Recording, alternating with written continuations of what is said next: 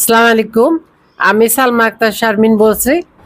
আজকে জিসাসের নবনির্বাচিত আমাদের প্রেসিডেন্ট যে হয়েছেন সে হলো আমাদের রোকেয়া সুলতানা কেয়া। আর সেক্রেটারি যে হয়েছেন সে হলো হেলাল উদ্দিন হেলাল। আর আমাদের সাংগঠনিক কবির ভাই। সবাইকে শুভেচ্ছা। সবাইকে আসলে প্রাণ ঢালা শুভেচ্ছা। আমি ভালো করে বলতে পারতেছি না, বুঝে সারতেছি না, এই জন্য বলতে পারতেছি না। এই জন্য ধন্যবাদ সবাইকে। আসসালামু আলাইকুম। আমি শিউলি শিলা, জিয়া সাংস্কৃতিক সংগঠনের সভাপতি, চলচ্চিত্র অভিনেত্রী রোকেয়া সুলতানা কেয়া এবং সাধারণ সম্পাদক হেলাল উদ্দিন হেলাল ভাইকে আমার পক্ষ থেকে প্রাণ ঢালা শুভেচ্ছা এবং অভিনন্দন। আর সাংগঠনিক সম্পাদক কবির ভাইকে আমার পক্ষ থেকে প্রাণ ঢালা শুভেচ্ছা এবং অভিনন্দন।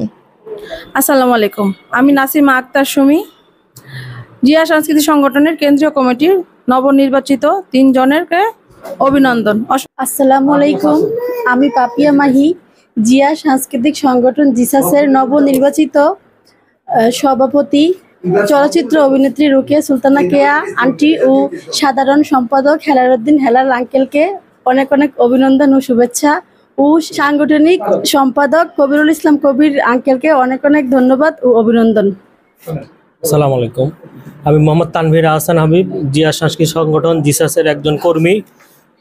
আমি নবনির্বাচিত সভাপতি, সাধারণ সম্পাদক এবং সাংগঠনিক সম্পাদককে প্রাণ ঢালা অভিনন্দন। আসসালামু আলাইকুম।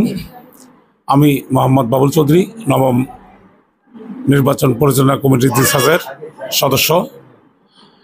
আমাদের আর কোনো নমিনেশন পেপার না কেনার কারণে নবনির্বাচিত কমিটির ঘোষণা করা হয়েছে কেয়া আপাকে, এবং সাধারণ সম্পাদক নির্বাচিত করা হয়েছে হেলাল উদ্দিন হেলাল ভাইকে, এবং সাংগঠনিক সম্পাদক হিসাবে নির্বাচিত করা হয়েছে কবিরুল ইসলাম কবির ভাইকে।